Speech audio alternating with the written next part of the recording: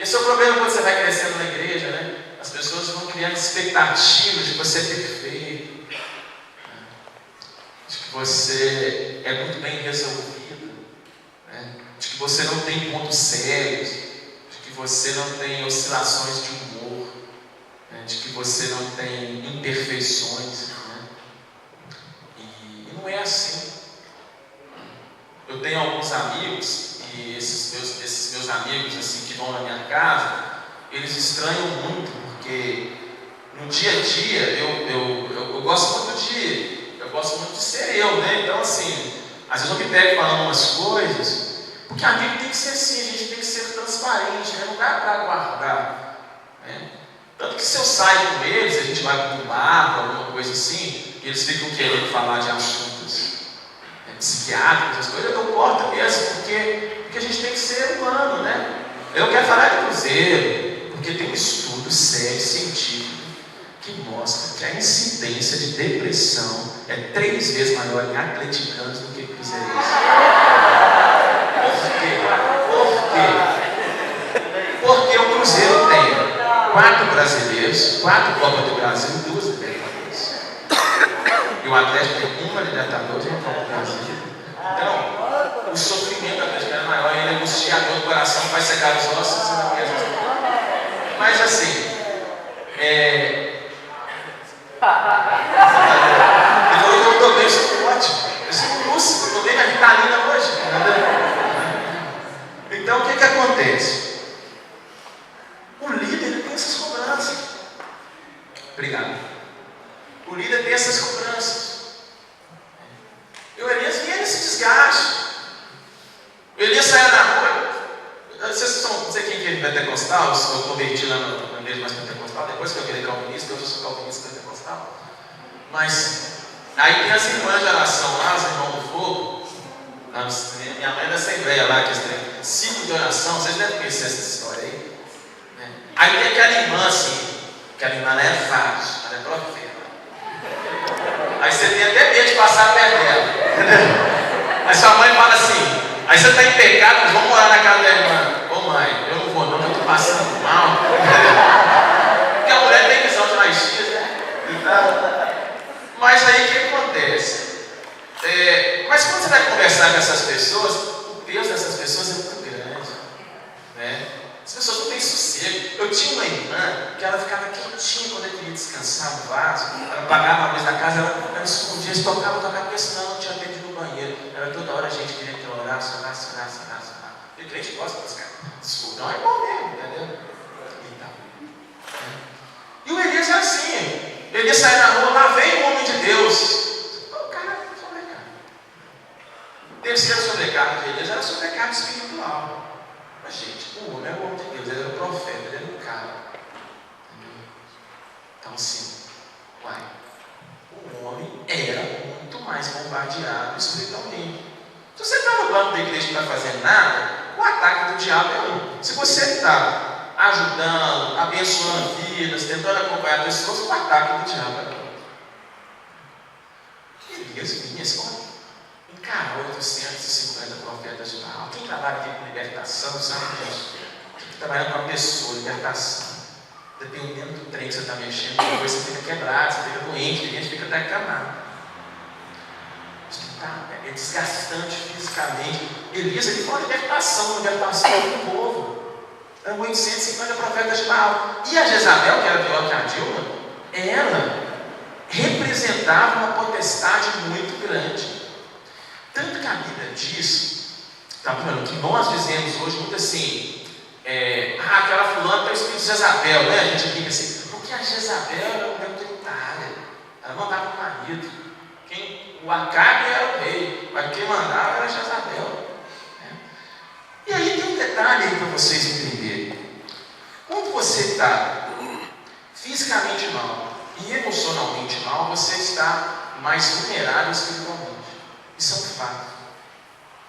Toda pessoa que tem uma doença, que está doente emocionalmente, que está doente fisicamente, que está em depressão, ela vai ter mais facilidade de adoecer da alma e do corpo e do físico, por aí vai.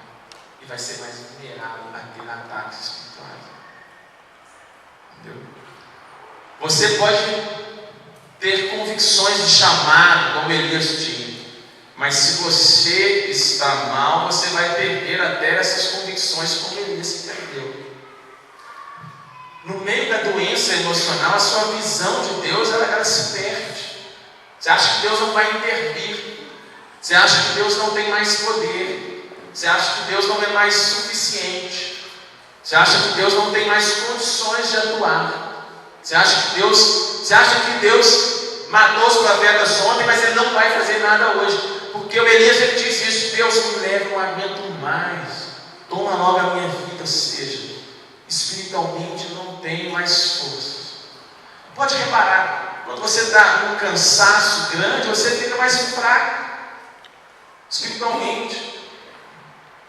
Você está no processo da empresa, aí já aproveita que você está arrebentado e ele tenta te derrubar.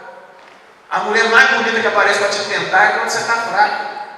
Entendeu? É assim que acontece. Sobrecargas espirituais, física, emocional, são as origens das doenças da alma. Aí Deus começa a fazer. Aí o que Deus faz? Deus faz assim: beleza, vamos resolver essa situação. Aí Deus é top, né? Porque Deus é Deus, né? E aí tem algumas coisas interessantes nessa história de Elias. Então as causas você já sabe: físicas, emocionais, espirituais. Então o tratamento de Deus, ele tem que passar pelas físico, emocional e espiritual, senão não vai funcionar. Porque Deus não é bobo, Deus sabe que é físico, emocional e espiritual, então Ele vai tratar físico, emocional e espiritual. Agora acabou. E aí tem um princípio legal, porque nós temos uma atitude de achar que a obra, que o ministério, que o que a gente vai fazer para Deus é muito mais importante do que nós. Mas para Deus o profeta tem muito mais valor do que a obra profética. Para Deus a pessoa vale muito mais do que o ministério. Deus simplesmente para tudo e resolve cuidar de Elias.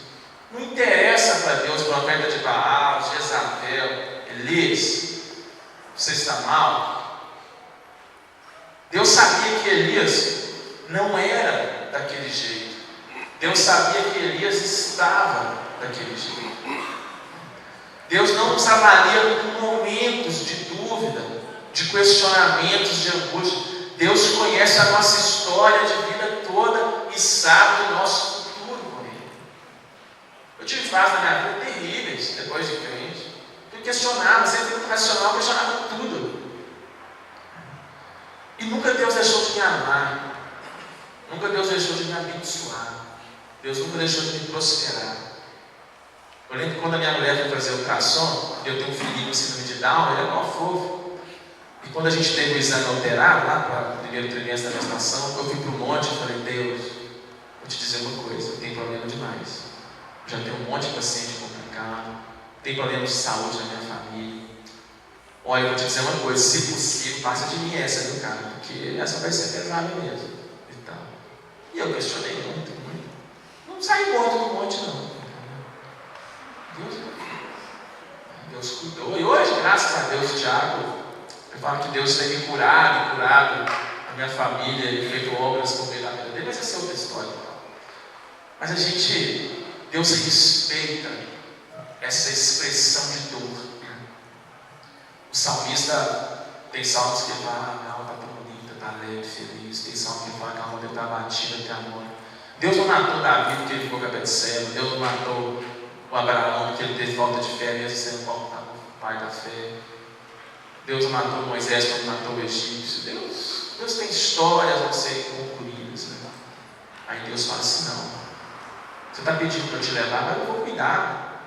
Você é precioso, né? Porque agora, não é porque você caiu agora que eu vou interromper o processo. Não, tem mais coisas, Elias, para a gente fazer, tem mais coisas para eu realizar. Você está vendo só aí debaixo da árvore pedindo para eu morrer. Eu estou vendo lá na frente. Aí Deus começa a fazer a obra. Aí Deus começa a fazer a restauração. E Deus começa a fazer primeiro o tratamento físico com Elias. Físico, biológico. Porque a Bíblia diz que quando Elias estava morto, cansado, Deus chega, manda um anjo e tinha pão quente e água em cima de uma pedra. A primeira coisa que Deus faz foi cuidar do aspecto físico de Elias. Isso é muito bonito de Deus, porque quando Elias estava bem, quando ele era o cara, quando ele era o Elias, Deus manda corvos, e faz ele beber da água do riacho.